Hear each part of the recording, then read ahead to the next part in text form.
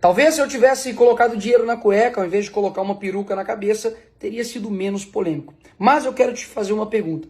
Você conhece a história da Lia Thomas, que é uma nadadora, mulher trans, de que antigamente competia com homens e ocupava ali o ranking 462 e agora ocupa o ranking 1. Ele quebrou o recorde anterior por 38 segundos de diferença do segundo colocado. Ou seja, a segunda colocada, enquanto ela estava nadando, a Lia Thomas já estava comemorando ali o seu prêmio.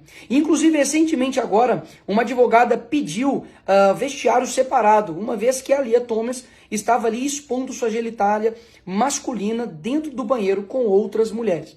Você conhece também o caso da Fallon Fox, que quebrou o crânio da sua oponente, e ela também é uma lutadora, uma mulher trans. E não é um caso isolado também ali no MMA. Nós temos também o caso da Lana, que simplesmente com 2 rounds conseguiu dar um mata-leão na sua oponente. E isso é ela hoje e isso é ele antes. Ou seja, uma diferença absurda.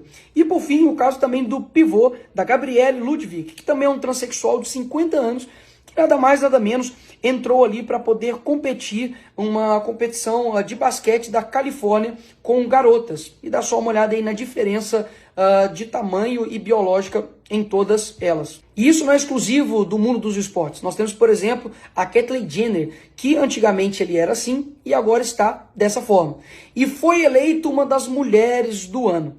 E essa história é engraçada porque ele mesmo é contrário homens participarem de eventos femininos esportivos. E ela está sendo o quê? Cancelada pela esquerda. Isso prova mais uma vez que não importa o que é falado, o que importa é quem fala, porque até mesmo uma trans que discorda disso, ela está sendo cancelada pela esquerda para não acontecer, por exemplo, casos como esse skatista de 29 anos que conseguiu ali ganhar de meninas de 13 a 16 anos um campeonato de skate. Agora, o que eu disse no meu discurso foi exatamente isso daqui. Uma defesa pelas mulheres. E talvez as pessoas não estão acostumadas com o que está acontecendo, porque esse movimento ele é muito silencioso e gradual. Antigamente, tudo que o movimento ativista, LGBT e feminista queria era privacidade. Nós vamos fazer tudo aqui dentro das 4 paredes e não queremos mais mexer com ninguém. Mentira. Hoje nós estamos percebendo que o meu discurso, eu tinha razão.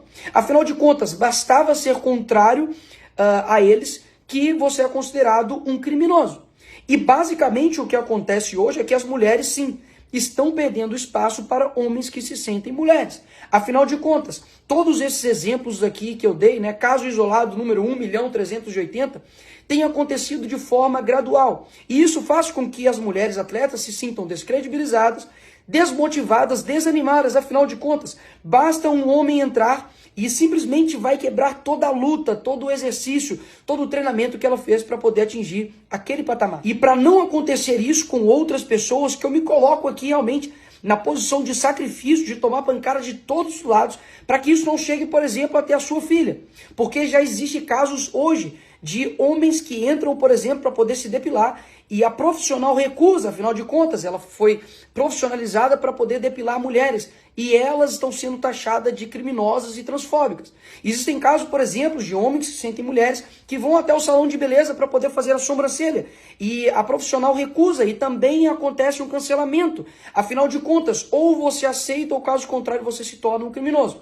E o que mais assusta em toda essa história é que, de fato, eu utilizar uma peruca para poder elucidar um exemplo daquilo que está acontecendo, ou seja, um princípio que eu me sinto, eu me torno, para mostrar o quão perigoso é isso e quantas brechas podem acontecer. Por exemplo, de um homem se sentir mulher e entrar dentro do banheiro da sua filha, dele entrar no banheiro ali da academia e acontecer ali alguma tragédia. As pessoas colocam isso como se isso fosse pior, por exemplo, do que de fato está acontecendo. Nós temos uma perda do espaço das mulheres para todo um ativismo, bem gradual, bem silencioso, mas muito efetivo. E o que anteriormente era somente uma vontade de lutar por direitos, hoje, na verdade, o desejo da pessoa se torna um dever para o outro. E pior, ele tem que se tornar, inclusive, uma lei. Caso contrário, você será sancionado. E ainda tenho que ver ainda parlamentares, judiciários, todos sistematizados para poder, por exemplo, cassar o meu mandato ou aplicar ali uma sanção judicial. Isso beira a infantilidade. Afinal de contas, o artigo 53 me dá total liberdade para palavras, votos e opiniões ali na tribuna.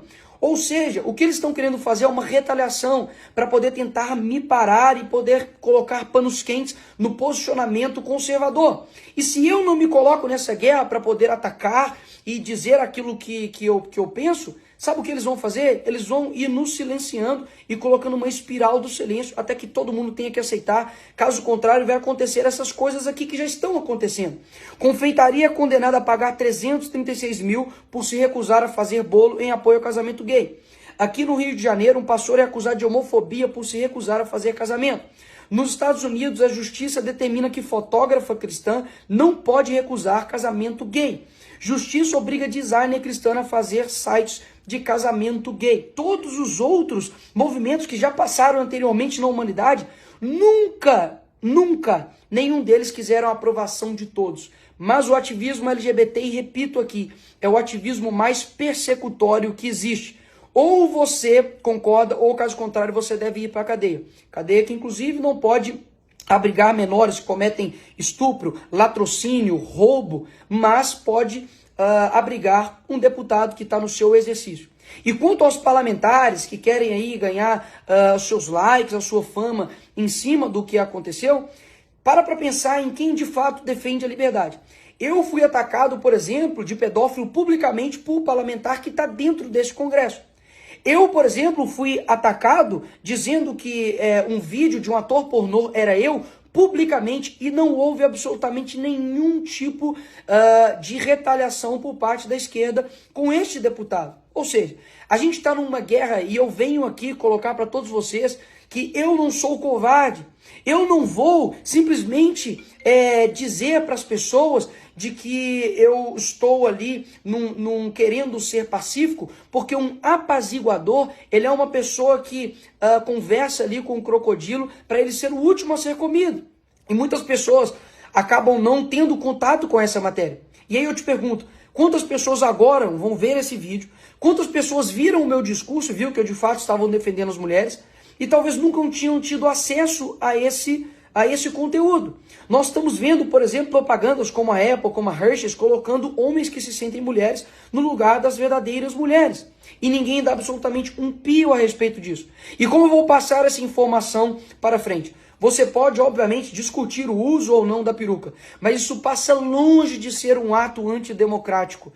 Até mesmo porque naquele ali plenário, pessoas, por exemplo, já utilizaram foguetes, né, que soltam ali papéis picados, deputadas, por exemplo, que já usaram o plenário para poder discursar um poema feminista e dizer que ela é uma mulher e ela é puta. Ou seja, na verdade o que está acontecendo é uma supressão de poucos, é uma indignação seletiva. E por que a esquerda está completamente desesperada com o que eu disse? Não foi por conta da peruca, meus amigos. Foi por conta realmente do conteúdo, porque eu trouxe às claras tudo aquilo que está literalmente acontecendo. E o entendimento que nós estamos em uma guerra, quando você entra para ela, não é para você sobreviver. Uma guerra não é para você tomar menos tiros e machucar menos. É para você enfrentar. É para você ter uma missão e cumpri-la e vencê-la. Então, se for necessário passar por processos desgastantes de sacrifício para que as pessoas entendam o que nós estamos dizendo, sem simplesmente focar na forma, mas no conteúdo, eis-me aqui. Eu serei a pessoa que irei fazer isso. Vai precisar de muito mais pressão, de muito mais retaliação para eu poder sentir isso aqui, ó, um pouquinho, realmente, para poder me balançar, para que eu deixe de defender a verdade. E agora, nesse fim aqui desse vídeo, eu te peço simplesmente duas coisas. Primeiro, para que você envie esse vídeo para as pessoas que focaram na narrativa histeria coletiva da esquerda com relação a uma peruca. E segundo, para que você agora pense, será que usar uma peruca é maior ou menor do que tudo isso?